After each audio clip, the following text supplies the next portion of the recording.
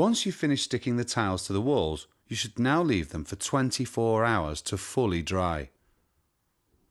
If you've used a support batten, you can now remove this. However, you'll also need to finish tiling below the batten and allow another 24 hours before grouting.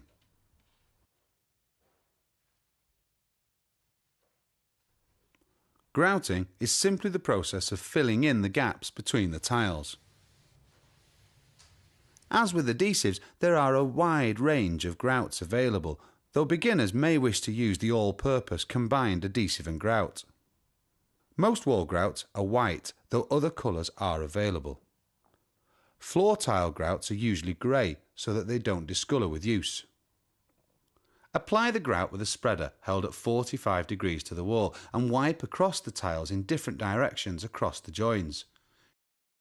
Use plenty of grout and work it well into the gaps with the spreader. You can then wipe off the excess grout with a damp sponge, but don't press too hard, otherwise you'll remove some of the grout from the gaps.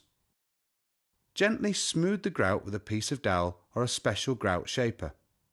After a couple of hours, you should be able to wipe the tile surfaces with a dry cloth to clean off the tiles.